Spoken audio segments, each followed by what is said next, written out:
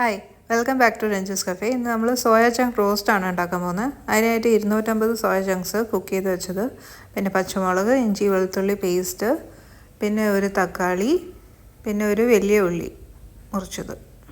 Soya chunks ആദ്യം boil ചെയ്ത് strain ചെയ്ത് വെക്കണം. പിന്നെ ഒരു പാൻ എടുക്കുക, അടുപ്പത്ത് വെക്കുക, ചൂടാക്കുക. 1 ടേബിൾ സ്പൂൺ കോക്കനട്ട് ഓയിൽ ഇടുക. പിന്നെ ചൂടായി വരുമ്പം കടുക് ഇടുക. കടുക് പൊട്ടി വരുമ്പം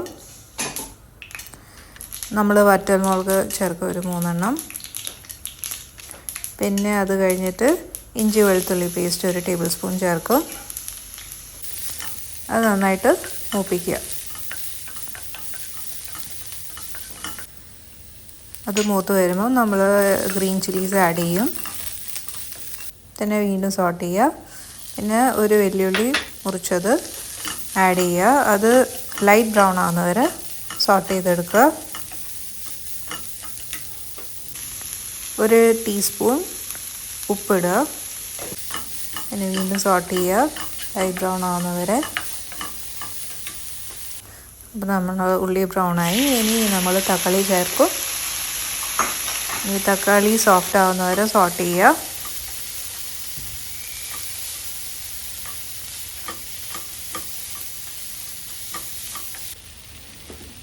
എന്നിട്ട് നമ്മൾ ബോയിൽ ചെയ്ത് വെച്ചേക്കുന്ന സോയ ചങ്ക്സ് അതിലേക്ക് ഇടുക.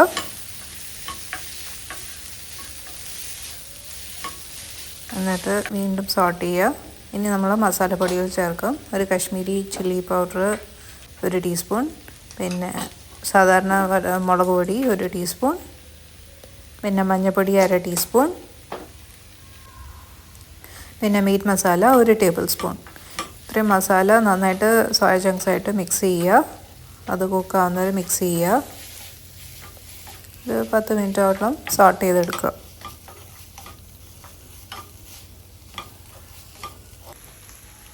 പിന്നെ 1 ടീസ്പൂൺ ഗരം മസാല ഇടുക. വീണ്ടും ഒരു 5 മിനിറ്റ് കുക്ക് ചെയ്യുക. ഇത്രേ ഉള്ളൂ. അപ്പോൾ നമ്മുടെ സോയ ചങ്ക്സ് റോസ്റ്റ് റെഡിയായി. രാവിലെയൊക്കെ വളരെ എളുപ്പത്തിൽ ഉണ്ടാക്കാൻ പറ്റുന്ന ഒരു ഡിഷാണ്. ചോറിൻ്റെ കൂടെയൊക്കെ ലഞ്ചിന് കൊണ്ടുപോകാൻ കുട്ടികൾക്ക് ഒരു നല്ല ഈസി റെസിപ്പിയാണ്. ചപ്പാത്തിക്കും റൈസിനും ഒക്കെ പറ്റുന്ന ഒരു ഈസി സൈഡ് ഡിഷാണ്. അപ്പോൾ എല്ലാവരും ട്രൈ ചെയ്ത് നോക്കുക. വീഡിയോ ഇഷ്ടമായിട്ടുണ്ടെങ്കിൽ please like, comment and subscribe, share. അപ്പം വീണ്ടും വേറൊരു റെസിപ്പി ആയിട്ട് ഞാൻ വീണ്ടും വരുന്നതായിരിക്കും. Thanks for watching. Thank you again.